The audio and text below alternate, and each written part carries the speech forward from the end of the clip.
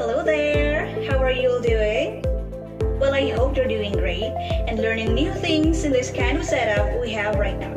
I am Gretel A. Agarayan, your English 9 teacher, and I am here to help you understand the lesson which we are about to tackle for the first quarter, second module, which is conditioning conditionals.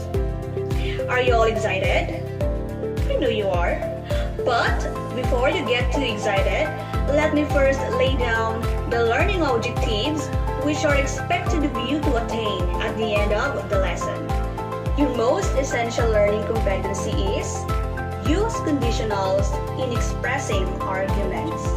And for your learning objectives, identify the types of conditionals used in given situations. Construct sentences using conditionals in expressing oneself on different argumentative circumstances.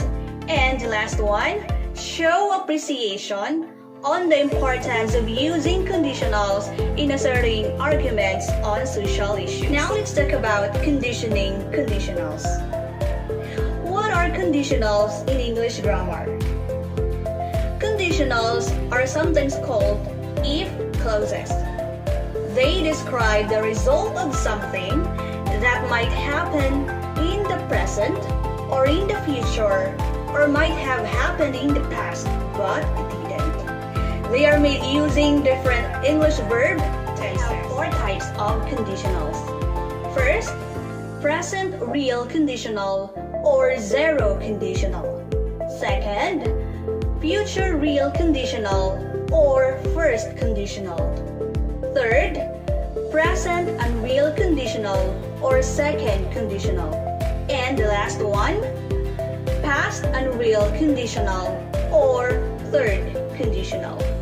Now let's have first the present real conditional or zero conditional. We use present real conditional when talking about things which are always true or generally true. It is also used to talk about what you normally do in your real life situation. Structure, we have if, simple present, and simple present. Or we can have simple present, if, and simple present. Now we have examples. First, if water reaches 100 degrees, it boils. It's true, right? That water boils if it reaches 100 degrees. And so your structure is, we start from if, and your simple present reaches, and your simple present boils. Second, the grass gets wet if it rains, right? So we cannot deny the fact that the grass gets wet if it rains. And so your structure is, we have simple present, gets, and if, and simple present, rains. Third, if you heat something, it becomes hotter. It's true, right? That something becomes hotter if you heat it. And so your structure is, you have if, and simple present, heat, and simple present again becomes. So let's come to the second conditional, which is future real conditional or first conditional. We use future real conditional when talking about things or events which have the possibility to happen in the future. It also describes the possible things which could easily come true. And so your structure is if, simple present, and simple future. You can also have simple future, if, and simple present. Examples. First, if you study harder, you will pass the exam. Of course, you will pass the exam if you study harder. That's a possibility, right? And so your structure is if, simple present study, and simple future will pass. Second, if the town of Rosario issues an access pass, I will go to Katarman. Of course, you can go to Katarman once the town issues an access pass. And so your structure is if, simple present issues, and simple future will go. And now we are on the third conditional, which is present unreal conditional or second conditional. We use present unreal conditional when talking about future events that are not likely to happen in the future. In other words, these are events which will not happen in the future. Parang kayo, hindi magiging kayo. And so your structure is if, simple past, would plus verb or the base form of the verb, or you can have would plus verb, if, and simple past. Examples. I would be surprised if I saw pigs in the sky. So have you seen pigs in the sky? You will never ever see one because that is impossible to happen. And so your structure is would, be, if, and your simple past is saw. Second, if I won $1 million, I would travel around the world. But there is only a small possibility that I would actually win. And so your structure is if, simple past won, and would travel. Third example, if I owned a car, I would drive to work. But I don't have a car and I can't drive to work.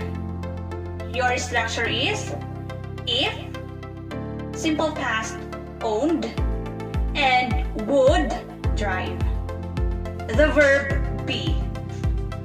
So in this case, the verb be has a special rule. Usually we say I was, she was, he was, it was. But here, you are going to say I were, you were, it were, he were, they were, we were. Why? Because here, in this present unreal conditional, the only form of the verb be is were. For example, if I were you, I would apologize. But I am not you, right? Second, if I were a bird, I would fly away. But I am not a bird, so I can't fly away.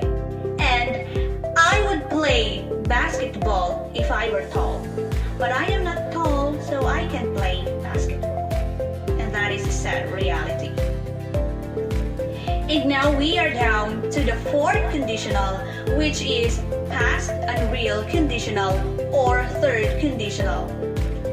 We use past unreal conditional when talking about things which are contrary to the past facts.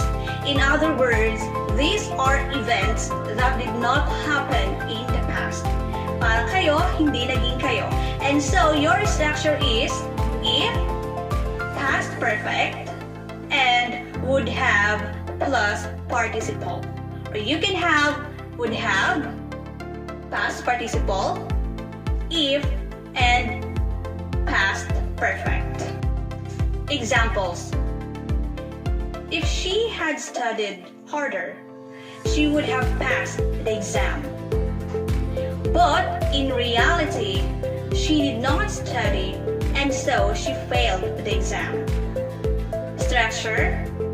If, past perfect, had studied, would have passed. Now we are down to the last example. If I had not eaten so much, I would not have felt sick. But I did eat a lot, and so I did feel sick. Structure. If, past participle, had not eaten, and would have not felt. That's all for the lesson, class. I hope I have helped you understand conditioning conditionals. Now, you're going to proceed to the activities given to you in your learning activity sheets. Okay, I hope you have a good time answering. Bye!